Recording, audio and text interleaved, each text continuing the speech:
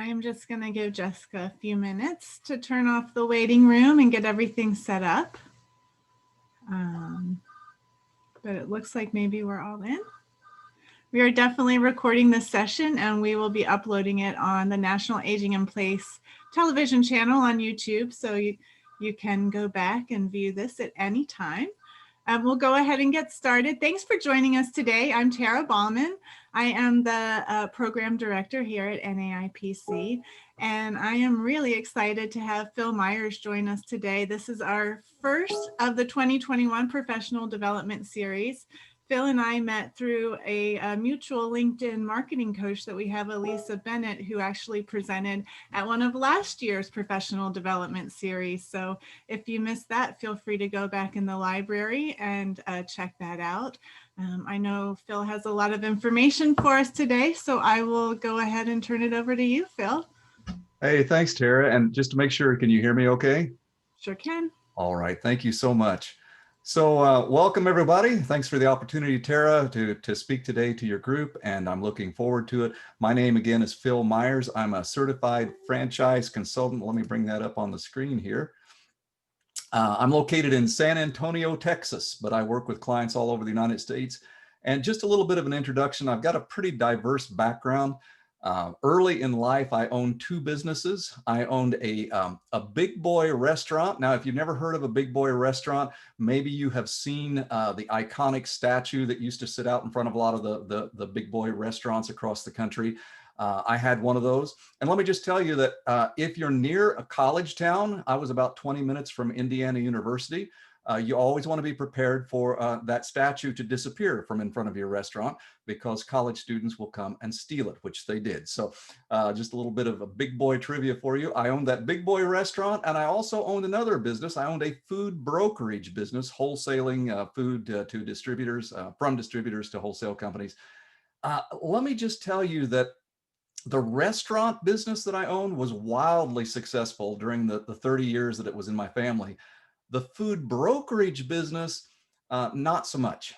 In fact, I would just label it a total flop. And looking back now, I can easily see in hindsight what separated those two businesses from each other. The restaurant was a franchise. I had a proven system to follow. I had resources to leverage. I had support at every turn. But the brokerage business was something I tried to figure out on my own. I started it up, tried to figure it out. It just didn't work out. And after, so that's kind of my business background from years ago. After leaving the restaurant business, I had a major life change. I served as a pastor for 17 years. And then later on, I worked for a Fortune 500 company in corporate America. And then after years of working for somebody else's dream, I decided it was time to work for my own dream, return to my roots of business ownership. So I started my consulting practice. And I did not repeat my mistake from years ago by trying to figure it all out on my own. I actually bought a consulting franchise, and I work with the largest franchise consulting and expansion organization in the world. And now I help people avoid costly mistakes when it comes to looking for and acquiring a business for themselves. So that's a real quick review of my life story. So a little bit of an agenda, what we'll talk about today. I'll share with you an overview of franchising and how it works. We're going to talk about the benefits of franchise ownership and the pitfalls to avoid, the process for researching and acquiring a franchise, how to fund a franchise, and what makes a great franchise owner. And by the way, if you have any questions, hopefully I'll answer a lot of the questions you might have in your mind as we go through the presentation. But if you have any that I don't answer, type them in the chat box. I'll try my best to get to all of them at the end. I promise you I will have an answer for every question you ask. The answer might be, I don't know, but I will have an answer for you. And if it is the case that I don't know the answer, I'll do my best to track down an answer and update you when I learn something. So that's my promise to you today. So let's jump in. What is franchising and how does it work? Well, franchising just simply is a growth strategy. It's used by thousands of companies across the United States, around the world. It allows a business to grow through multiplication. And a little bit of a dictionary definition on the screen. A franchise is a business opportunity that allows an entrepreneur, possibly you, to legally use someone else's, and that would be the franchisor's, proven expertise, ideas, and processes to start and operate a business.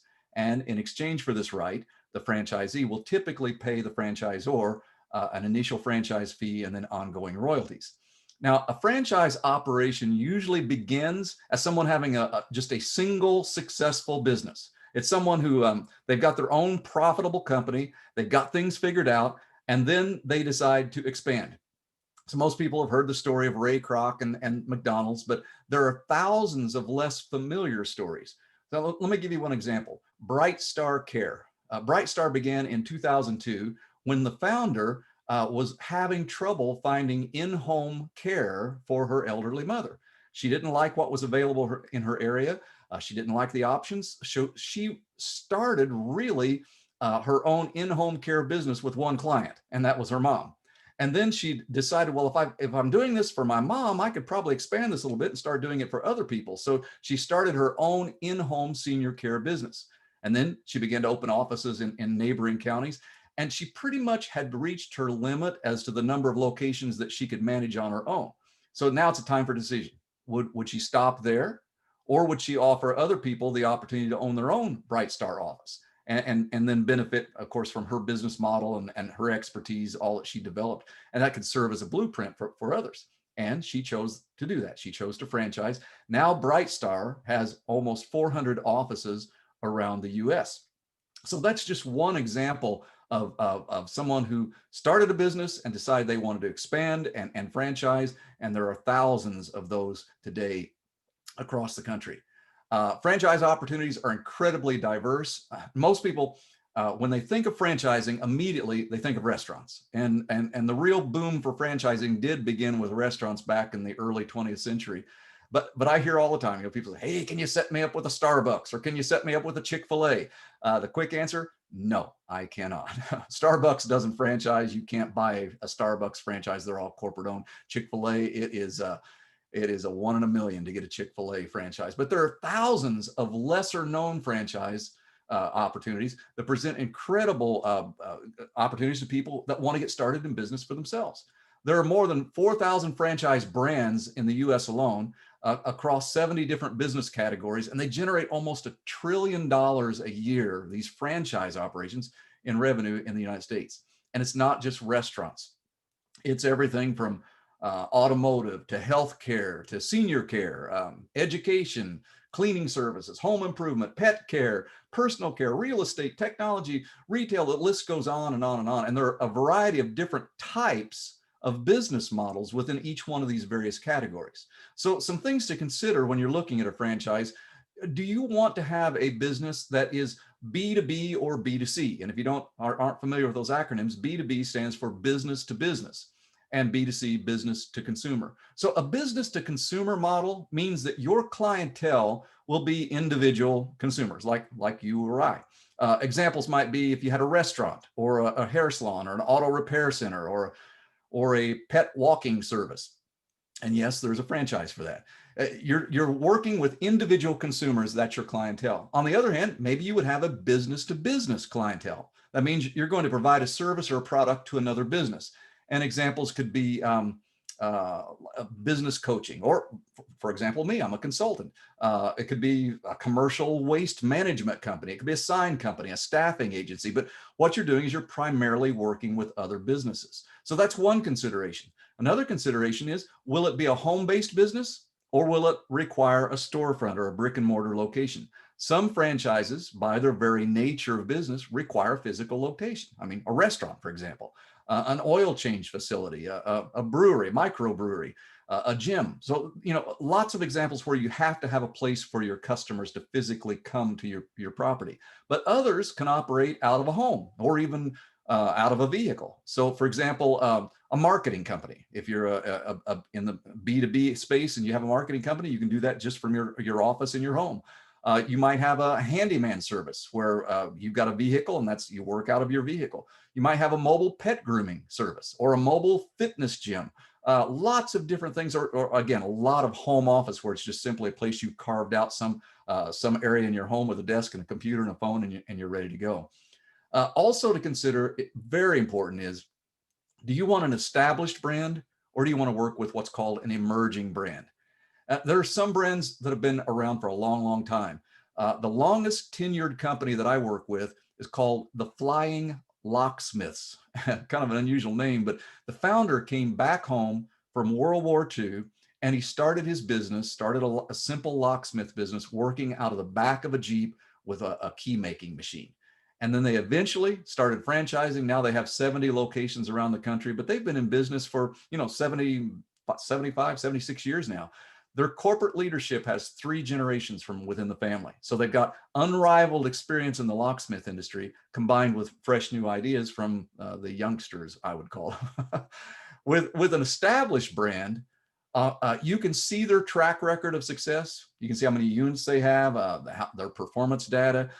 Some brands have been franchising for decades. They have hundreds of locations, sometimes even over 1,000, 2,000 locations that prove the viability of their business. And with these brands, risk is minimized. And really what you're doing is you're betting on yourself. You're saying, I know that the franchise has this all figured out.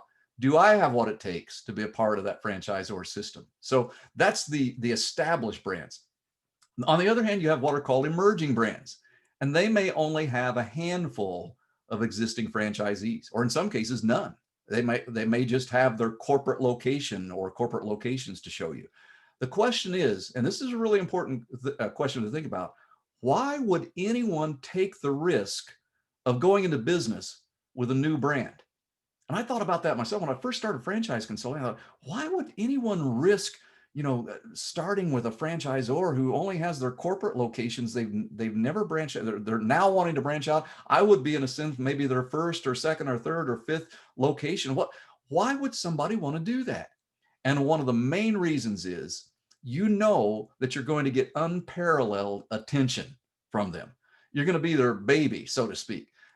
They want you not just to survive, but they want you to thrive and become a success story that they can tell over and over again. So they're going to pour everything they've got into helping those first few franchises succeed. Not that they're not going to help others down the road, but those first few are going to get the white glove treatment and attention.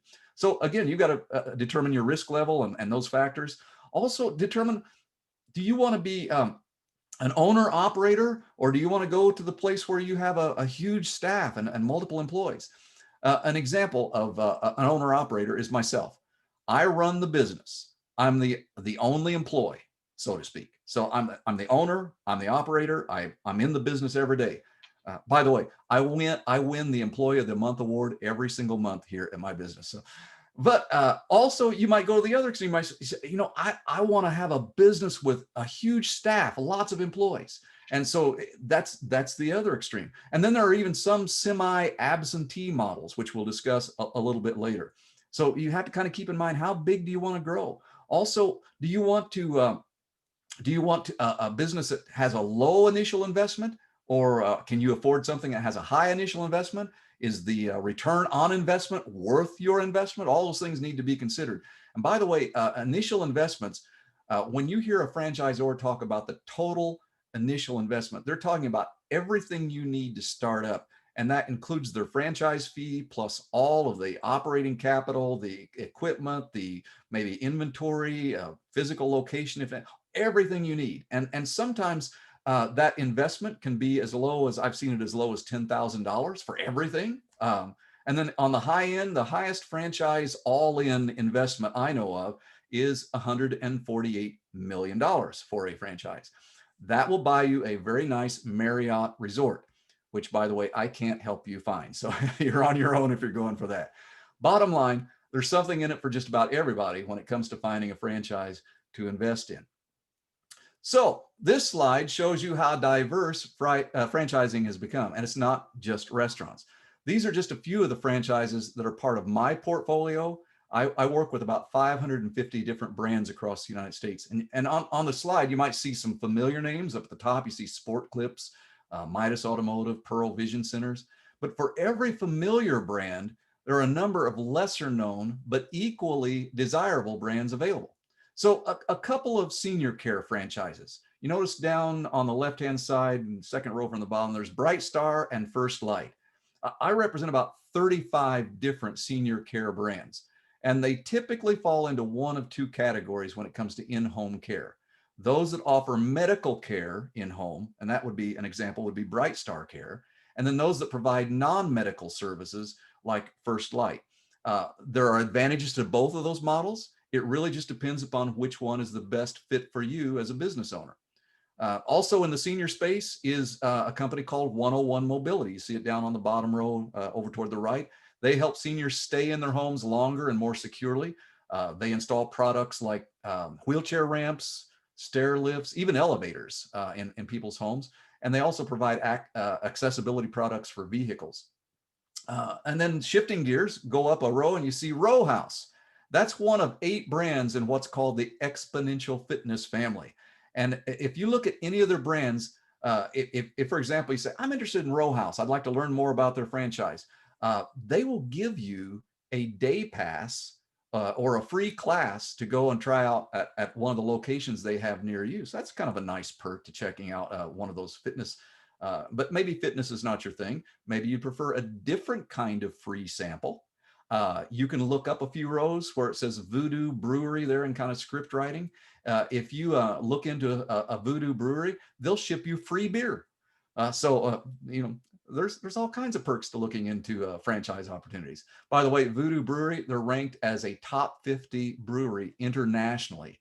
And their franchisees, you own a brewery without having to brew anything because the Voodoo brews all the beer and then they deliver it to their locations. Over to the left of Voodoo Brewery is Smash My Trash. And by the way, I'm not going to go through every single one of these. I just want to highlight a few. Smash My Trash, it's an interesting name. They're really unique. They're a commercial waste service. They go out to business location to the dumpsters, and then they compact the trash inside those dumpsters so those businesses can fit up to 7 times more into a dumpster. And what that means is that they don't have to empty them as often or make a trip to the landfill, so it reduces their cost. And so the business is exactly what their name says. They smash your trash.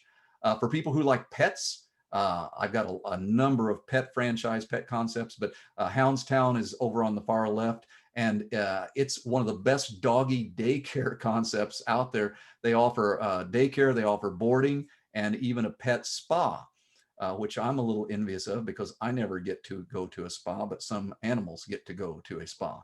Or on the far left, Aussie Pet Mobile, the heart that you see there, they'll come to your house and pamper your pet with their mobile pet grooming van. I had a client that reached out to me specifically. They wanted to be introduced to Aussie Pet Mobile. And the reason was they used Aussie Pet Mobile and they could never get an appointment with them for at least 6 weeks out. So they realized, hey, you know, this could be a viable opportunity if this franchise is keeping that busy. And sure enough, they are a great opportunity.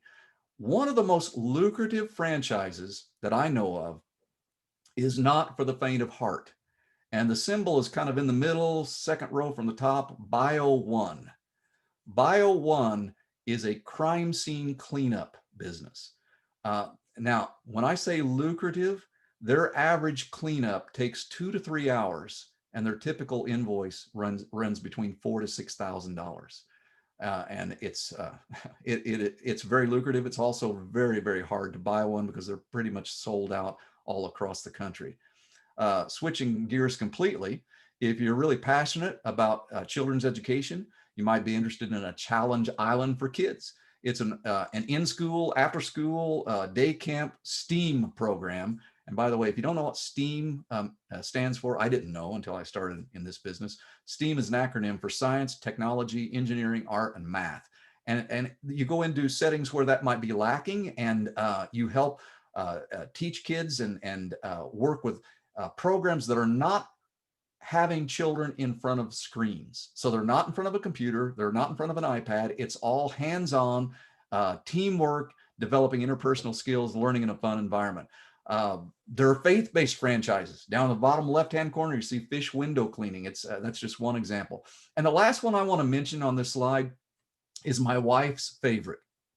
It's kind of in the middle, the orange emblem there. It says Geese Chasers.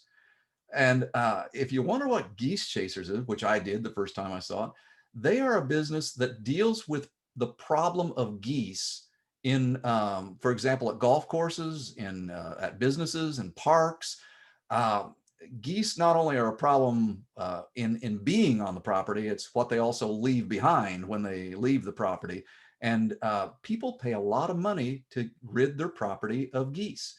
And the way they do it is if you become a Geese Chasers franchisee, you purchase a pre-trained border collie that is trained on how to herd and keep geese off of property.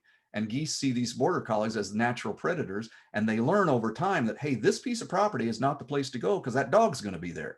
And where you're hoping that the dog chases the geese to is your next potential client, because you go call on them and say, we can get rid of your geese problem as well. And I thought, this sounds kind of like a neat idea, because their pitch is you get to work outdoors all day long with your best friend. And I thought, but it kind of sounds like a hobby. Until I dug into the numbers, they have locations doing $1.5 million a year in revenue, chasing geese off of property. So all kinds of options. That's why I'm confident that if you're considering business ownership, specifically if you're looking for a solid franchise opportunity, there's going to be something out there that will be a good fit for you. So what do you get for your investment? Whatever franchise you acquire, you're likely going to incur upfront a franchise fee. You have to pay that to the franchisor. And then on an ongoing basis, you're probably going to pay royalties.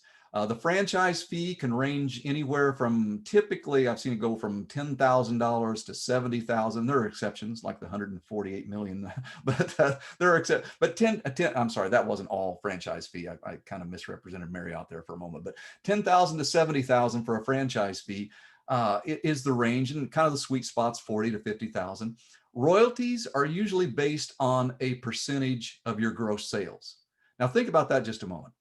They're going to be collecting every month from you a percentage of your gross sales. What that means is that they have a vested interest in helping you grow your business, because the greater your sales, the larger their revenue from royalties. So they've got skin in the game. They're looking to help you make your business grow. So what do you get for your investment? What advantages does a franchise offer over starting your own business? Well, first of all, experience. You're investing in a proven concept. First, the founder of the company, it was probably likely the founder, did it successfully. And then they put all the pieces together to help others replicate their success. So you're buying experience. You're buying a proven system that's proven to be successful. Also, you'll usually get a quicker time to launch your business when you go with a franchise. They've done this before. They know what's required. They know the pitfalls. They know the obstacles to anticipate. They know how to pre-market and how to launch the business. I have one franchise called Island Fin Poke. It's poke bowls made to order. And it's a really low investment, low operating cost because there's no cooking equipment. But they pre-market the heck out of this thing. And when a franchisee opens on day one, they usually have 100 people or more waiting in line to get in the door when they open. And usually they do $3,000 to $4,000 in sales just on day one. So again, they help you ramp up. They help you get started. If you need a physical location, they know how to search for the right locations. And remember, that's important. Location, location, location is important for so many businesses. And they also help you negotiate a favorable lease and also plan the build out if there's any kind of construction that needs to be done. Also, you get support. You have mentors, coaches, other franchisees that are your peers, all helping you both with startup and ongoing support. There's a saying in franchising, you're in business for yourself, but not by yourself. So you have people from day one, from the day you sign the contract until you sell your business, you have an army of people to support you. And a lot of franchisors will be on site with you when you launch. Some of them will come out ahead of the launch to help prepare. Some will stay after the launch. Many will provide you with 24/7 support. Golden Heart Senior Care, another senior care franchise, their CEO actually gives his cell phone number to each franchisee. Now, I don't know how much longer that's going to last as they continue to scale up, but right now, to date, as far as I know, every single franchisee has his phone number, and they say they can call him on evenings, weekends, and he is there to try to help them succeed. So here's a question. If you start a business on your own and you have issues, run into issues, or you have questions that come up, who do you call? See, if you're a franchise, you have a support team that you can count on to help you. Also, you're going to have ongoing research and development. Franchisors are constantly looking for ways to improve their business operations. They want to make it both more profitable for themselves and also for their franchisees. So they're constantly evaluating their systems, their technology. They're looking at new resources. They're negotiating for better pricing from vendors and a whole lot of other areas of the business that they're looking at that impact their franchisees. For example, when the pandemic hit, franchisors were able to pull upon resources and high-level strategy that kept their franchises open and thriving. Here's an example. When a lot of independently owned gyms went out of business across the country, unfortunately, because of COVID, the largest multi-brand gym franchisor kept all of their 2,000 locations open, not one single business failure across their 8 brands. And how were they able to do that? They pivoted quickly. They rolled out virtual training options to their members. They had the resources at the franchisor level to develop all that and get it rolled out quickly. And they scaled it to all their owners and enabled them to stay in business. So great R&D and a great resources at the top. And then also you've got financing advantages with a franchise. Some franchisors will even offer you internal financing. It's rare, but I've seen them finance part of the franchise fee. Sometimes they'll finance equipment or some of the resources that you need. But another aspect of a financing advantage is working with a small business administration. I would say the majority of the people I work with will get an SBA loan to fund their startup or portion of their startup. And the SBA loves franchises. Franchisors, they have to be approved in order to be on the SBA registry. And the SBA, they vet them. They love a proven concept. Now, if you go it alone in business, the SBA will consider your loan. I mean, you submit your business plan, they'll give it due consideration. But having the backing and support of an established franchisor is really a huge plus when it comes to working with the SBA. Also, you oftentimes, most franchisors, I should say, in most cases, you're going to have a protected territory for the geography that your business is in. So that means they're not going to allow another franchise to do business in your area. Now, there are some nuances to that based on the franchisors, but when you're considering a franchisor, it's really, really important. Here's what I recommend. Determine as early as possible if there's territory available in your area, because it can be heartbreaking. If you get your hopes set on XYZ franchise, it's like, oh, that's the one I want. I know that's what I want. You've done a lot of research. You're really falling in love with it. And then all of a sudden you find out it's sold out in your area. That can be a heartbreaker. So one of the things I do is I always perform a territory check for my clients with the franchisor before I show them an opportunity, because that just, it's gut wrenching when that happens to someone. Territories are usually based on population, so a certain number of people in your territory, but it can also include other demographics. For example, in senior care, a lot of times they'll look at the number of people age 65 and over in your area, or they might consider disposable income. One franchise that I represent is called Drive and Style, and their customers are automobile dealers. They go in and they take used vehicles and go, it's kind of like detailing on steroids. They repair them, they make them look like brand new cars. Well, that particular franchise, when they're carving out a territory, they're not looking at the population of a geography. They're looking at how many auto dealers are in that area. So it makes sure that each franchisee has enough auto dealers to be successful. And a lot of other franchises will look at different demographics based on their products and services. And typically, franchisors are going to have a predetermined territory mapped out. So the other day I was working with a client. They're in Houston. There were about 8 territories on the map. We had it pulled up on the screen with the franchisor, and we were looking at it together. And you can see those 8 territories. They're already butted up against one another. The territories, the lines are carved out.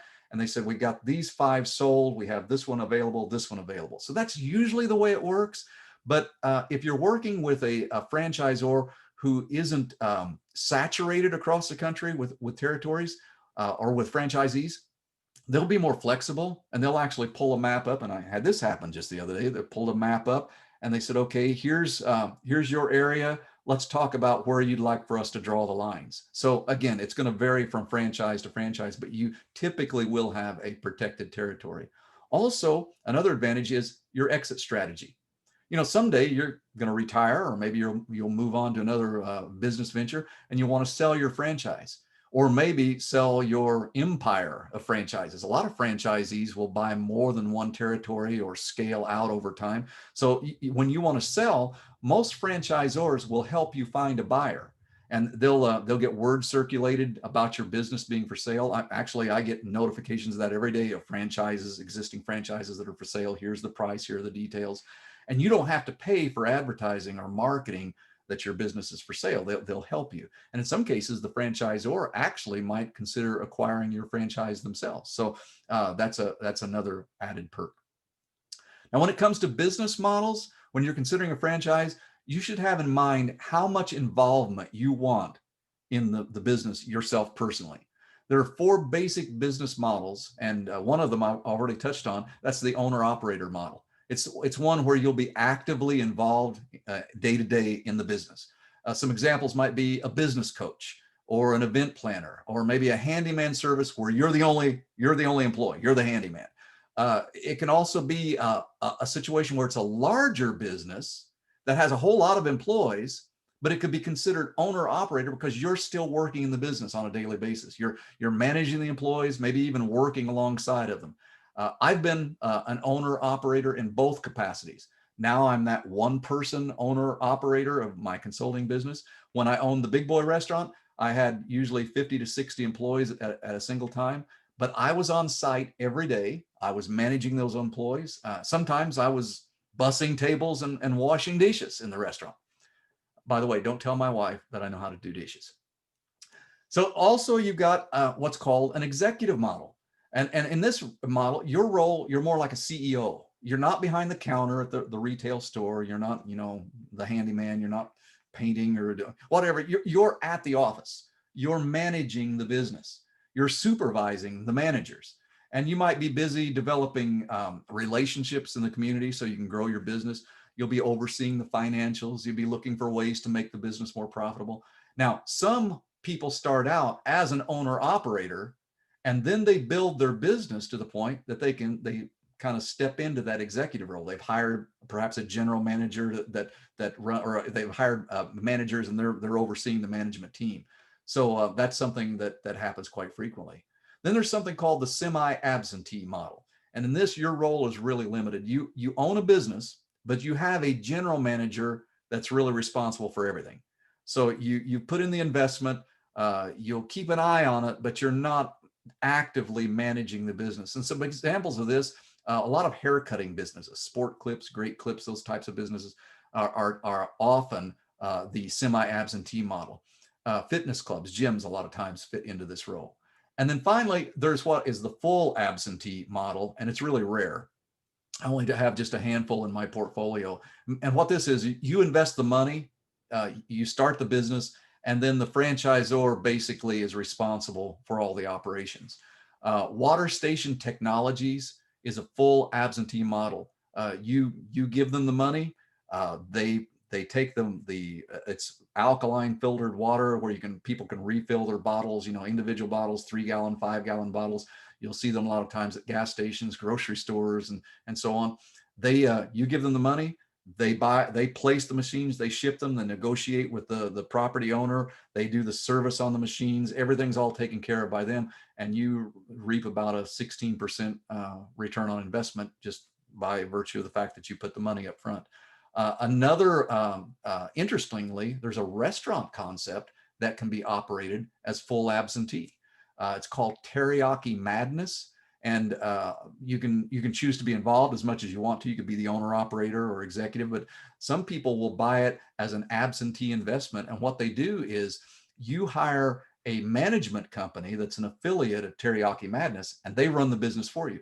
And by the way, that management company's got a really neat name. They're called Restaurant Sherpas. So you buy a Teriyaki Madness franchise, you hire the management company, the Restaurant Sherpas, and they just run the whole thing for you. Now, you can this thing of looking at a franchise all the way up until you acquire a franchise, it's commonly referred to as the discovery process in the business. And I want to give you 5 basic steps to learn about a franchise that you might be considering all the way to acquiring it. These 5 steps will have various steps within them, but it pretty much follows this flow. And the first one is You explore the options. Now, you can do this on your own, but I'd recommend doing it with a franchise consultant. I'll tell you why just a little bit later in my presentation. But you work with your franchise consultant, you identify brands that get you excited, that really interest you, and then your franchise consultant is going to ask you some questions. They're going to learn about your background, your interests, your skills, your goals, your financial resources, and then they'll narrow down that field of 4,000 franchises to a manageable number of good options that you can look at. And this is a chance for you to really say and be straightforward with your consultant. I had a gentleman last week. I presented 4 options to him. He said, "Nope, don't like that one." And the next one came in and said, "Strike 2." Okay, third one came in, "Strike 3." He said, "But you're not out. You got the 4th one." And the 4th one was the one he was interested for. Was glad he was interested, but I'd always go back to the drawing board if he hadn't found interest there. But be honest, be straightforward. Don't worry about hurting a franchise consultant's feelings, because that's what we're there for. We're there to help you find the best opportunity. Then once you've got that short list of brands that you want to explore, your franchise consultant, they'll schedule calls for you with the franchisors. And then you get an opportunity to talk with them. Each one of those calls is different, depends upon the franchisor. I've seen it where it's a time where they just give you a presentation from the very first call. Maybe you're on a Zoom call, the very first call. I've seen others where it's just a casual getting to know you conversation, and then it expands into multiple calls. So it varies from franchisor to franchisor, but it's an opportunity for you to ask questions and learn more about their brand. And then at some point during the process, you're going to receive something called the Franchise Disclosure Document, or it's commonly referred to as the FDD, Franchise Disclosure Document. Now, it's similar to a prospectus, and it contains important information about the company's operations. It includes financial details, litigation, who the senior officers are, every detail you could possibly want to know. And it's required by the Federal Trade Commission. It's regulated by the Federal Trade Commission. Every franchisor who's trying to sell a franchise to someone has to present this document to them. It has to be presented to you within 14 days prior to you signing any kind of agreement with a franchisor. It gives you adequate time to look through everything and make sure it's what you want to do. It's huge. It's typically several hundred pages. I always walk through a guide with my clients to tell them what to expect, what to look for, some of the critical items to look at. And there are 23 items in every FDD. They're always broken down to the same titles. Item 3 is the one that discloses any litigation that's occurred with a franchisor.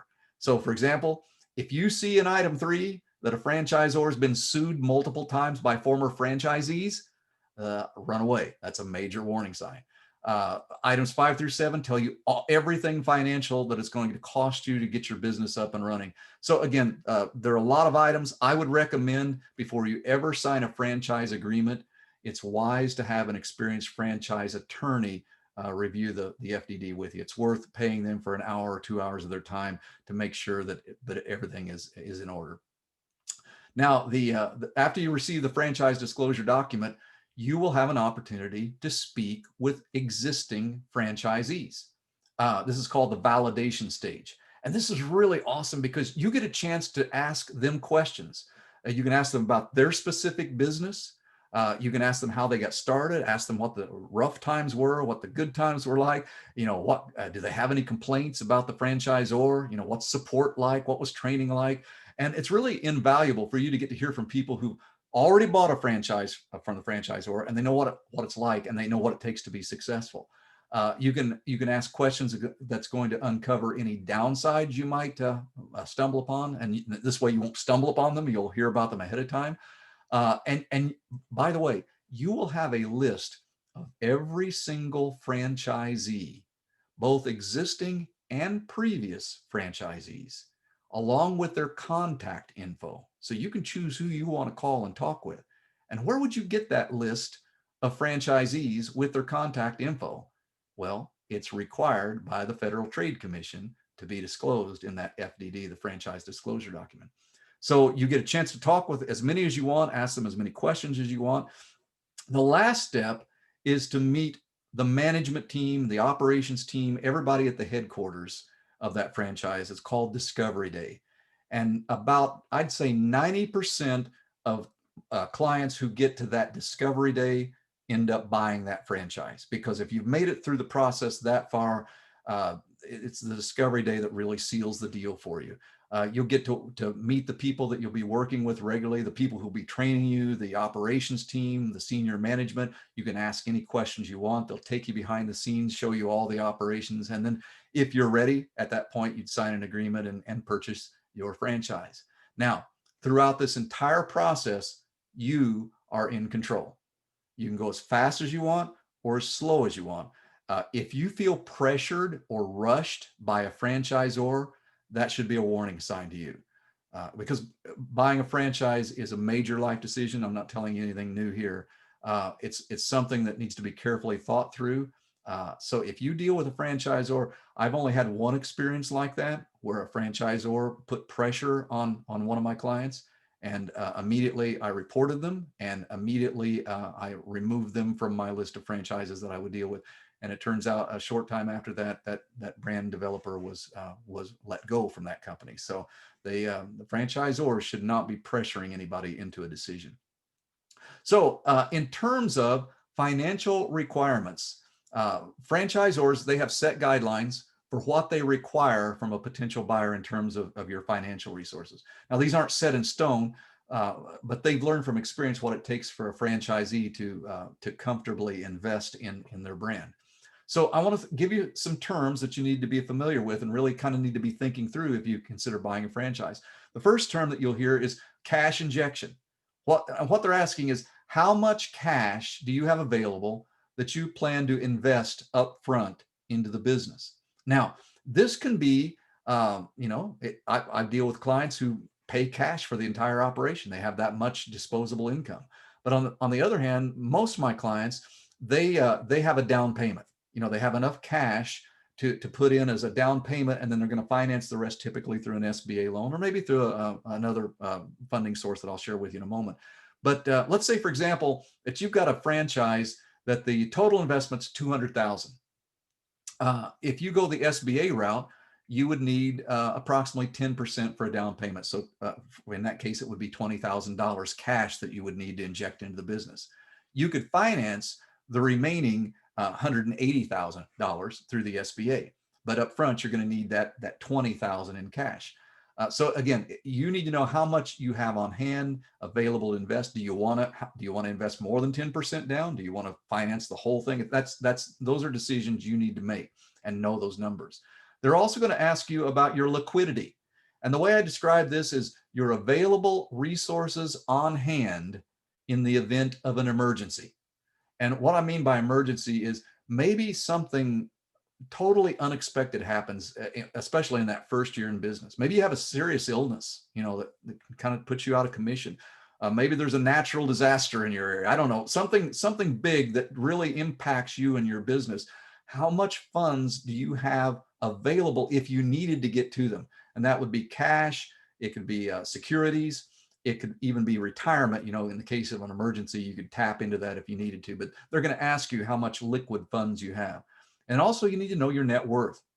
That's the value of all your assets. So tangible assets, things that could be sold, for example, property, real estate, home, if you have collectibles, antique cars, those types of things, cash in the bank, securities, IRAs, retirement, any kind of assets minus what you owe. So your mortgage, your any loans you have, any credit card debt, so it's assets minus liabilities. That tells you how much net worth you have.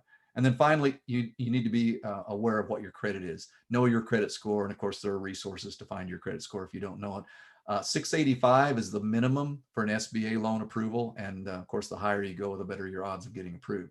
It's a good idea to know these numbers before even beginning your search. And by the way, I work with a funding advisor who specializes in franchise funding. So she even has an online tool that you can plug numbers in, and it'll help you determine what you can afford in terms of a franchise, what would be in your budget. So I would recommend definitely talking with an expert in that area when you look at financing. So when it comes to financing your investment, the number one way that people typically go is with an SBA guaranteed loan. Now you'll hear people say, I got an SBA loan. Well, The SBA, the Small Business Administration, does not loan money. So no, you did not get an SBA loan. You got an SBA guaranteed loan. You got it from a lender, or typically a traditional bank, but the Small Business Administration guaranteed that bank that if you didn't pay the loan, they'd pay it for you. So there are several different types of SBA loans. The two predominant ones, one's called an express loan. The express loan is up to $350,000. So that covers a lot of different franchise opportunities. And you can get approval or denial within 36 hours of applying for an express loan. So hence the term express loan, you get a quick answer. And typically it's funded within 90 days and you don't have to have any collateral. You don't use your home as collateral or anything. Now, if you need more money, more than $350,000, they have what's called a 7A loan. That can go up to $5 million, but it's a longer approval process, longer funding process that does require collateral. Now, one of the most important things I'll say on this call today, so and I've droned on now for how long? A long time. So maybe I put you to sleep. If you're asleep, now's the time to wake up, because this is maybe one of the most important things I'll say today. If you're considering an SBA loan, there's a recent development that is absolutely amazing. It's a repeat of what happened last March. When the CARES Act was passed last March, there were tons of people who bought businesses, franchises in particular, and the SBA paid their first 6 months of loan payments for them. It's Section 25 in the CARES Act. It's called the Small Business Debt Relief. A lot of us have heard of the PPP loans.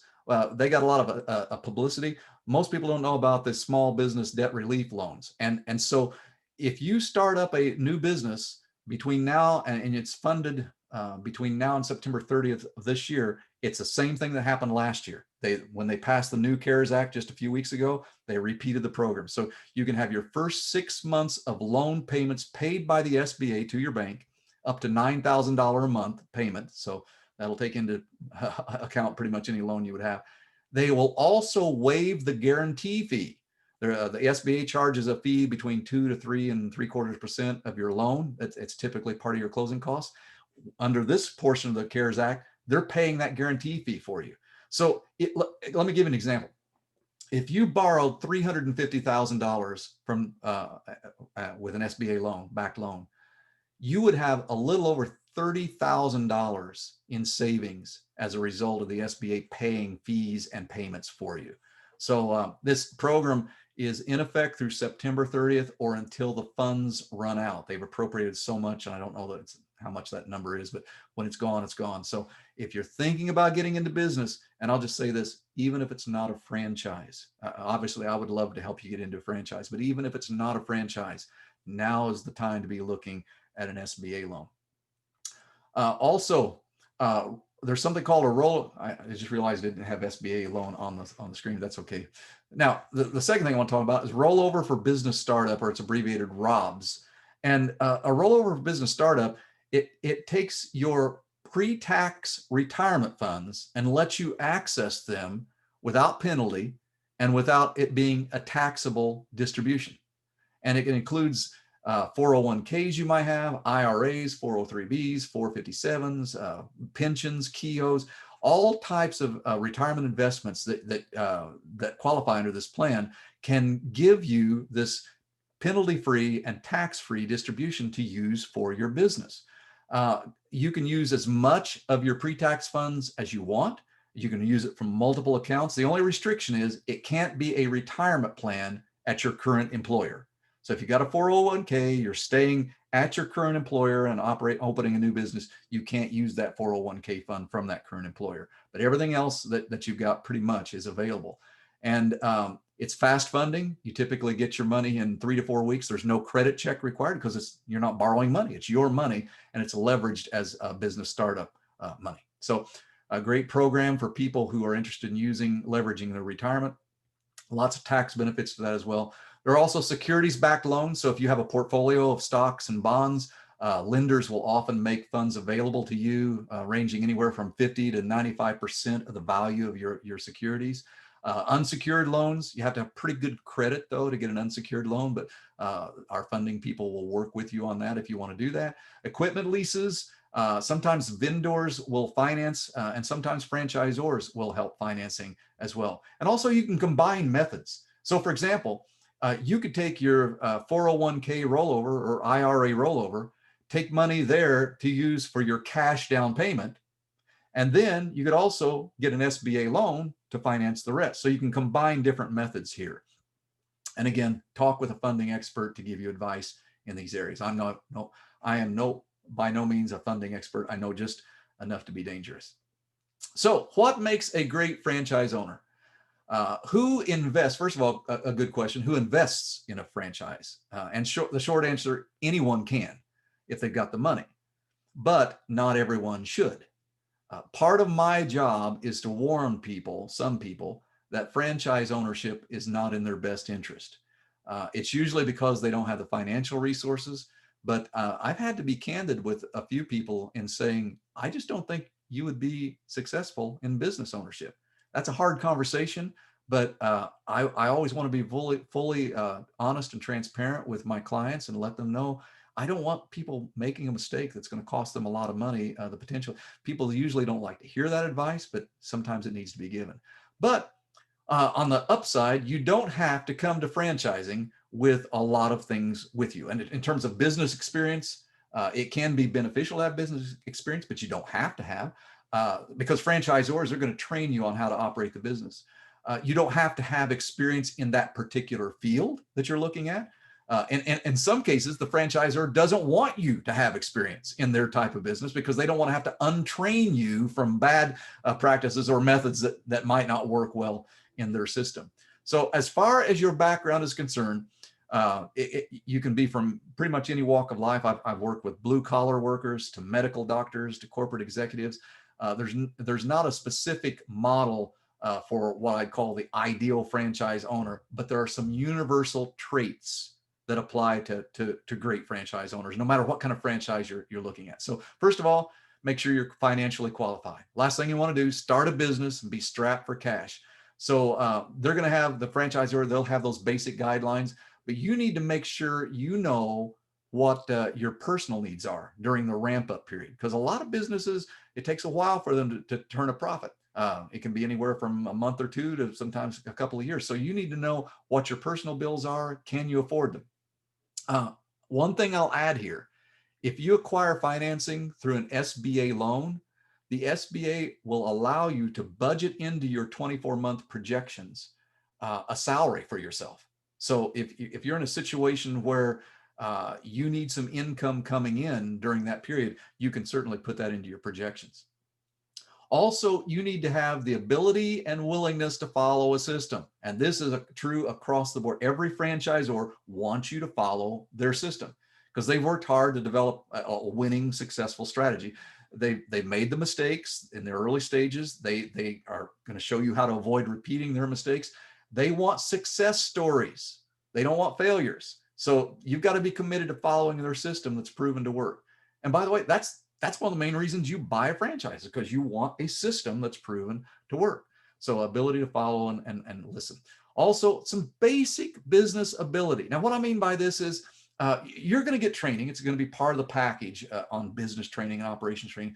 But you need, and I want to say this carefully, but you just need some basic intelligence, to run a business. You don't have to be Steve Jobs or Warren Buffett, but you need to be able to comprehend what you're being taught by them on how to run their business. Also, you got to be able to carry on an intelligent conversation with other people. When you're evaluating a franchisor, they're also evaluating you. There's a saying in the business, franchises are not sold, they're awarded. They're looking for people who they believe will be successful that they can sell a franchise to. So they want to make sure that they don't have people who can't run the business successfully. Also, you need drive. It takes hard work to run a successful business. There's some people say, it takes luck. I like the old saying, the harder I work, the luckier I get. So I would say hard work and passion. Find something you look forward to getting up and doing every day. And then it's not just about making money, it's enjoying your life. And finally, it's not on the slide, but you need to be willing to take a risk. You're betting on two things when you go into business for yourself. Well, when you go into a franchise, you're betting on two things. One is you're betting on the track record of that franchise, and you're betting on yourself. If you don't believe in yourself, then business ownership is frankly just not for you. Okay, very quickly, because I know we're running close to the end of the hour, some pitfalls to avoid when you're looking for a franchise. First of all, the most valuable commodity you or I or anyone else has is our time. Time cannot be replenished.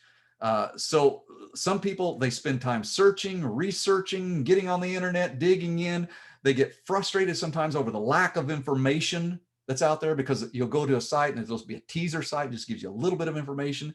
And what they're doing is they're trying to get your contact information so that you can become a lead, and then you'll be bombarded with a bunch of people trying to sell you franchise opportunities. So the thing I would recommend is don't get on the internet and waste a lot of time. Use a franchise consultant to help you through that process. And again, if you need the name of a good franchise consultant, I happen to know one, and I'll give you his name at the end. It's the same name I gave you when I introduced myself. So I would, if you don't use me, that's fine too, but find a good franchise consultant who will help you not waste time. Because here's another thing. There's a lot of false information out there. Can you believe it? False information on the internet? Who would have thought? But a lot of times you'll find that the investment level is listed incorrectly.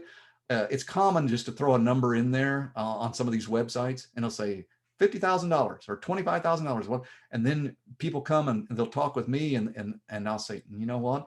It's 200,000.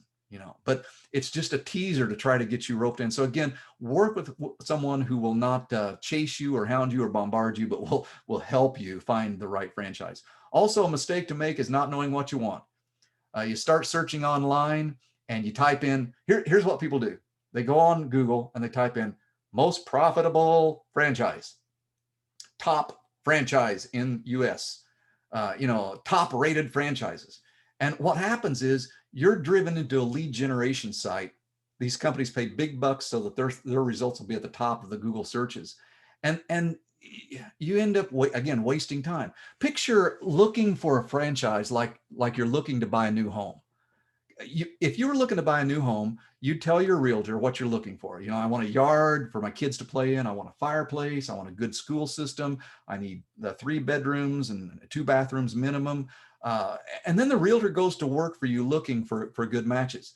You don't go on the internet and say, search best house in town, top rated home in town. You're looking for something specific, and a franchise consultant will help you with that. Also, overreaching on your investment level. It's the same house buying analogy. You wouldn't look at houses that you couldn't afford. So don't set yourself up for heartbreak. You need to know the real investment level required for franchises before you dig into them. Also, failure to carefully read that franchise disclosure document. I will just tell you, it's so critical. It has all the information you need to really make good decisions. And then go beyond that, you also need to make sure you're talking to a good mix of franchisees and you're asking the right questions. And a good franchise consultant will give you good questions to ask them and also to ask the franchisor. So next steps, I would recommend that you know some of the things you're looking for in a franchise. I've got a few here on the screen, and then start the discovery process. And I am so sorry, I have used every single minute, but I made this commitment to Tara before the call started. If you typed any questions into the chat box that I haven't answered already, they're going to give me, or I will get them a list of answers. They will get those sent out to you. And finally, if you would like to talk with me, the easiest way, there's my contact information, but the easiest way, down at the bottom of the screen, if you jot down that, you don't need the HTTPS, but just calendly.com, my name /Phil Myers, you can go right to my calendar, schedule a call with me, be happy to talk with you. By the way, my services are free to my clients because I'm paid by the franchising community. I would love to have a conversation with you. Wow. Are you all still out there and still awake? I'm sorry I rattled on for a long time. Thank you, That Tara. was great, Phil. Thank you so much. That was a lot of information and so much that I didn't know. So we didn't get any questions in the chat box, but if anyone on that's watching now or watching the recording has any questions, shoot them over to me or to Phil there. His email is there on the screen, and we'll be happy to get you some answers back.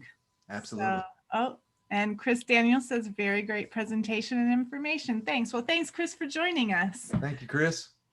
Great. Thanks, everybody. So for those of you that are members, our next event is going to be this Thursday. It's the virtual networking event featuring the Massachusetts chapter. So if you haven't registered yet, go on member clicks, and I hope to see you on Thursday. Thanks, everyone. Bye-bye.